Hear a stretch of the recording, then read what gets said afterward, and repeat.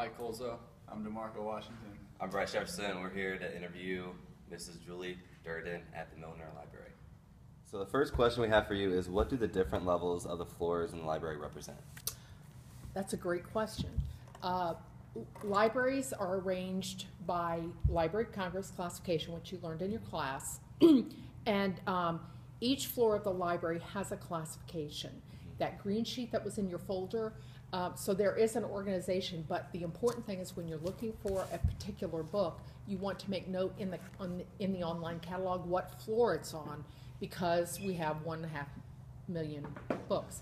So for instance, the main floor, the entry floor is reference collection, okay. Which is ready reference for books like Encyclopedia of Hip Hop, or books that stay in the library for quick reference. Okay. Also periodicals, which is both popular magazines and scholarly journals. Current issues are on that main floor. Okay. The third floor is psychology, history. Fourth floor is sociology, business, and government documents, and GVs, which is exercise science. Oh, okay. And then the fifth floor is mainly the hard sciences, and the sixth floor is what we call a combination of social sciences and literature. We're at Milner Library, going to give a tour of the different floors.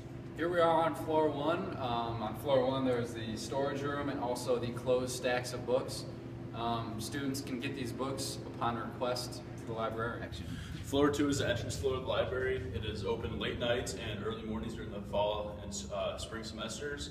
It's good for printing, and it has a lot of books that stay in the library, like encyclopedias and different resources. Here on the third floor is the study of psychology and history. There is also a great place to study. So here on floor 4, we have the sociology and business books, and also our government documents. Floor 5 here is for the study of hard sciences. And as you can see, it is a maximum quiet floor. Floor 6 is home of different literatures and social sciences. It's also where Julie's office is if you ever need help. How are all the books separated? Well, that's a good question. If you could follow me, Here we just go. stay right here. There's what we call a call number range here. So PS means something. If you'll go down there and look at maybe what PS means on that sign, the PS's are individual authors, colonial period, 19th century, et cetera, et cetera. So this is how books are arranged. And then this top number is the first book here. And so then we go down here, here, and that last number is the last book all the way down on the bottom shelf of the aisle. Question is, what is your favorite part of your job? Working with students, bar none. We work with faculty. The best part of this job, and I'm not blowing smoke at you, is working with you. It really is. What is your least favorite part of the job? Kind of going off that previous question. The least favorite part, I think, is at certain points in the semester. Every semester has a certain rhythm. The fall semester can feel really intense, exciting, and usually by about like mid-November, I feel like I've run out of steam. Because, you know, I help students when my door is open, I'm available to them, and my door is open when I'm here. Unless I'm going to a meeting, I will stop and help you. Because that's what I see as my job. Your tuition dollars pay for me to work here to make you successful. I don't do it for you, but I'm here to help you.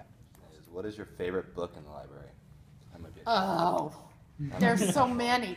I'm just going to tell you, and we will get this on camera. There's a first edition in my office.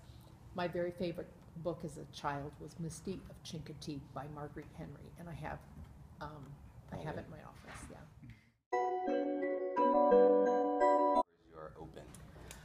I'll talk about fall hours, okay, because summer hours are greatly reduced. In the fall, we are open, the main floor opens at 7 a.m., which is nice to know for printing off papers. Okay. The other floors open at 8 a.m. We're open until 3 a.m. Sunday night, Monday, Tuesday, Wednesday, and Thursday nights. Friday, I believe we close at 8, and on Saturdays, we're open from, I believe it's either 10 to 8 or noon to 8. But the library hours are always posted on the website.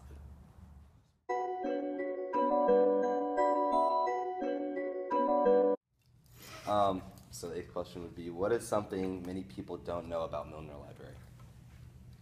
This is something that you can research. Her name was Angeline Milner. She was the first librarian at Illinois State University. And there's a picture of her. When I say a picture, it's a bronze relief.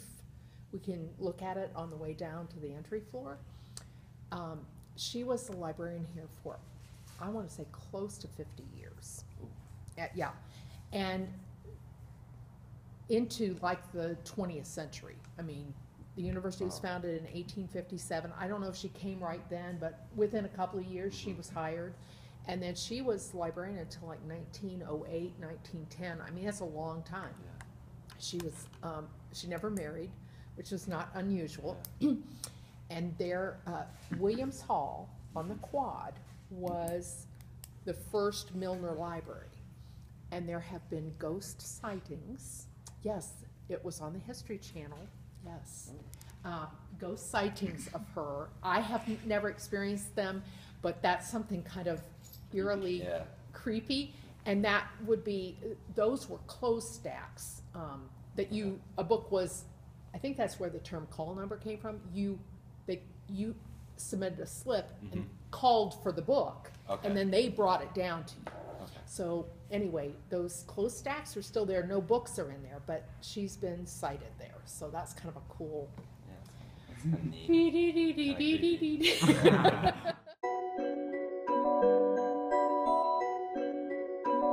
Question is, what is your favorite book in the library? That might be There's so many. I'm just going to tell you, and we will get this on camera. There's a first edition in my office. My very favorite book as a child was Mystique of Chincoteague by Marguerite Henry, and I have it in my office. Yeah. I ain't tripping, let them rest in peace. I can tell you how it happened. I can tell you about them safe houses. The best resources in Milner Library. Well, I would say that whatever your experience is with probably a public library would be for pleasure reading. Maybe you had to go there as part of an assignment in high school or something like that. I don't know if you even had a functioning school library or with a school librarian. There are so many resources here for your coursework, for your pleasure reading, for sometimes even for your classes. You know, I think we talked about textbooks. We may not have every textbook, but we can try to get one for you. And certainly if you're taking an English class where you have to read Grapes of Wrath from John Steinbeck, don't buy that book. We can get it for you from anywhere. So I would say students who use the library, in fact, we have students who work for us here, tell us that they've learned to be better students because of working here. So don't underutilize it. Don't, you know, some students come in when they're a senior, oh, I've never even used the library. And you're like, how have you gotten through your coursework? Because, you know, it's not like you can just make stuff up or go to Wikipedia and cite it. You can't. You have to, you know, when they say scholarly journals, that's what they mean. So I would say probably the best resource is your subject librarian when you get to the point where you really are in your major. But does that answer? After all the questions, what is the one thing or the 3 things you would want us to remember about the library? There are friendly faces here. We're willing to help, and we're here to help you succeed.